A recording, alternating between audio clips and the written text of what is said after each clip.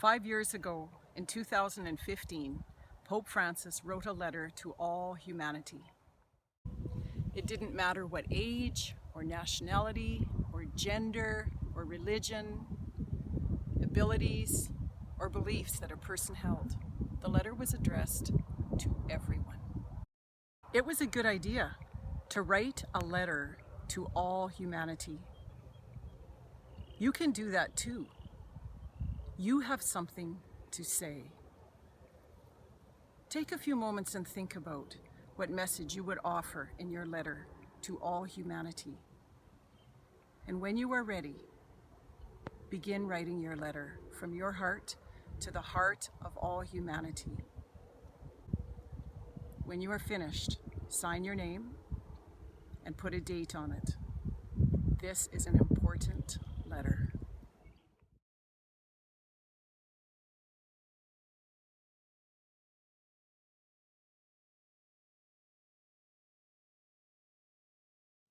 Thank you for writing your letter. I invite you now to take a few moments and to share with your family or group what the essence of your letter was about. And then when everyone has shared, have a dialogue around what was common amongst your letters.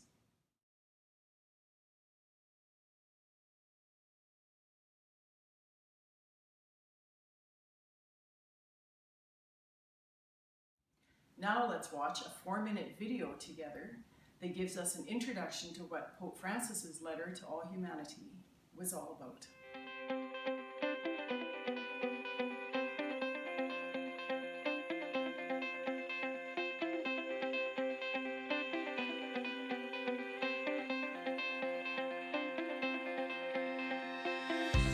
Pope Francis has written a letter addressed to every person on this planet, urging us all to protect the Earth, our common home. In the letter, he says, "The Earth is God's gift to us, full of beauty and wonder, where the fruits of the earth belong to everyone.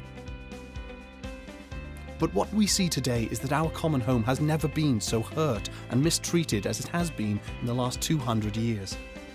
We have developed at a greater speed than we could ever have imagined.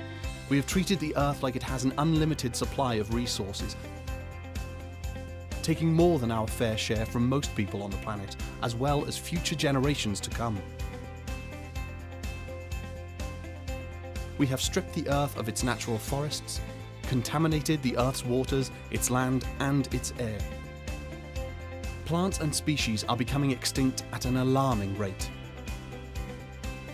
The Earth, our home, is beginning to look more and more like an immense pile of filth. Our increasing use of polluting fossil fuels, especially coal, oil, and gas, is helping to drive climate change, which is one of the biggest challenges we face today. Climate change affects us all, but it is the poorest communities who suffer the most. We are now at crisis point, where the future of our common home is under threat. And despite this crisis, there seems to be no slowdown in the lifestyles of the rich nations. Enormous gaps between the rich and the poor continue to rise. Between those who are trapped in poverty with few or no resources, and those who are consuming and wasting at an ever-increasing rate, leaving a trail of waste and destruction. Our digital world is also polluting us with noise and distractions, stopping us from learning how to live wisely, to think deeply, and to love generously. Real relationships are replaced with virtual friendships, which we can choose to accept or reject, making us dissatisfied with true, deep relationships, or can give rise to a new sense of isolation.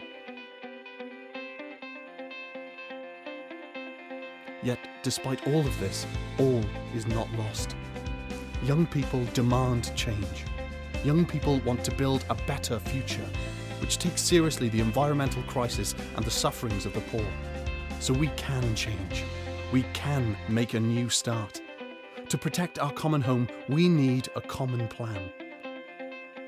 The whole human family needs to work together so that we may sow beauty, not pollution and destruction. Our use of polluting fossil fuels also needs to be replaced without delay. And we need to stop treating the world's resources as an object for profit, with no thought on how our actions might affect the environment or future generations.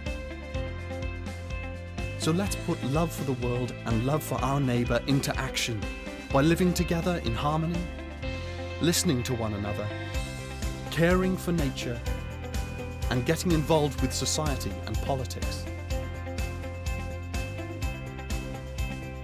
Let's undergo an eco-conversion in which we listen to the cry of the earth and the cry of the poor. This means taking seriously things like avoiding the use of plastic and paper, reducing water waste, separating rubbish, and using public transport as a part of our calling to protect creation. But more urgently, we need to slow down on how much we consume and throw away. We can find great joy and freedom in living simply, rather than always on the lookout for what we do not have. We are capable of these changes and making a new start. So let us make that start today. Signed, Pope Francis. Laudato Si, a letter from Pope Francis on care for our common home.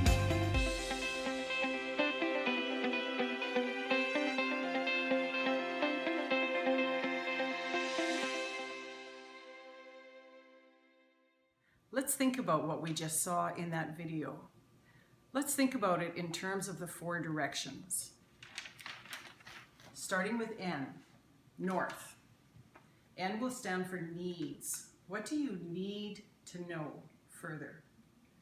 What are you curious about? E, east, stands for excitement. What excited you in the video? W, west, stands for worries. What did you see in the video that worries you? And S, south, stands for stance. What position, what stance do you hold on this topic? So I would invite you to get a piece of paper, just like this. You don't have to have it this big. It can just be an ordinary piece of paper, and divide it into 4 sections and mark it off with the directions: north, south, east, west, needs, excites, stance, and worries. And think about the video and fill in your thoughts and feelings into each of these sections. And then when you're finished, have a dialogue with the others in your family or group that are doing this.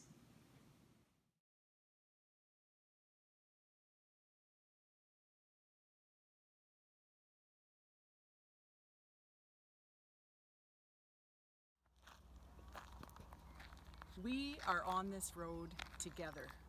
One human family, one earth community, one common home. Let us call upon our deepest vision and gather our courage and imagine a world where we can all live together in peace and harmony and thrive with the entire earth community. Let us ask for God's grace, for strength and perseverance, so we can help to create this new era in the world.